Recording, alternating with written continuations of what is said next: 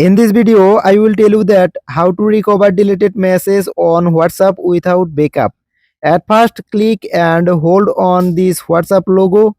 Then go to app info, click on storage icon, and then click on this clear cache option.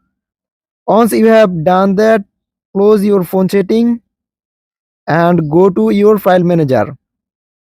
Go to all files, then internal storage, go to Android, then tap on media option, go to com.whatsapp, then WhatsApp, and then go to databases. Select all these files, click on copy, and go back to the previous folder, and then go to backup option. Now paste all those files here, and that's it. Once all these files are pasted here, your deleted message on WhatsApp will be recovered without backup. So that was it for this video. I will see you guys in the next one.